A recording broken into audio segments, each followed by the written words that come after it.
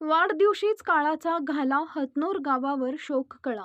हतनूर येथील राष्ट्रीय महामार्गावर जिल्हा परिषद शाळेजवळ उड्डाणपुलाच्या सुरुवातीला दुचाकी दुभाजकाला धडकून झालेल्या भीषण अपघातात हतनूर येथील साईराज योगेश बिडवे वय वर्ष 20 या महाविद्यालयीन तरुणाचा दुर्दैवी मृत्यू झाला.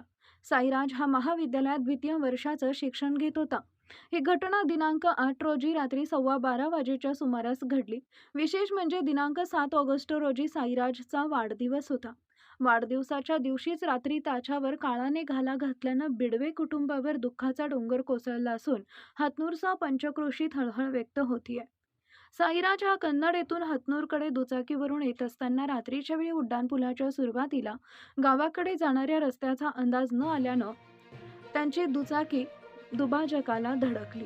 या अपघातात त्यांच्या डोक्याला गंभीर मार लागल्यानं तो रस्त्यावर कोसळला. घटनेची माहिती मिळताच नातेवाईक व मित्रांनी घटनास्थळी धाव घेत त्याला उपचारासाठी छत्रपती संभाजीनगर येथील घाटी रुग्णालयात दाखल केले.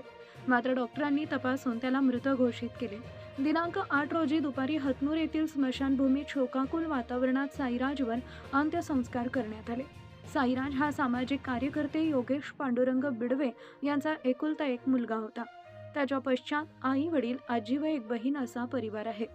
हतनूर येथील राष्ट्रीय महामार्गाच्या उड्डाणपुलावरील पथदिवे गेल्या 5 महिन्यापासून बंद आहेत. त्यामुळं रात्रीच्या वेळी संपूर्ण उड्डाणपुलासह परिसरात अंधारात असतं. पथदिवे सुरू असते तर उड्डाणपुलाच्या सुरुवातीलाच गावाकडे जाणाऱ्या रस्त्याचा अंदाज साईराजला दूरवरून आला असता आणि कदाचित हा अनर्थ टळला असता, अशी चर्चा परिसरात सुरू आहे.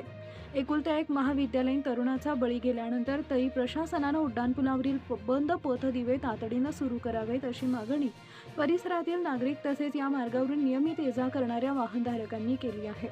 शोभेची वस्तू ठरलेले पथदिवे आता तरी प्रकाशमान होणार का, असा सवाल नागरिकांमधून उपस्थित केला जातोय. DSP न्यूज लाईव्ह कन्नड प्रतिनिधी गंगाधर दुबे.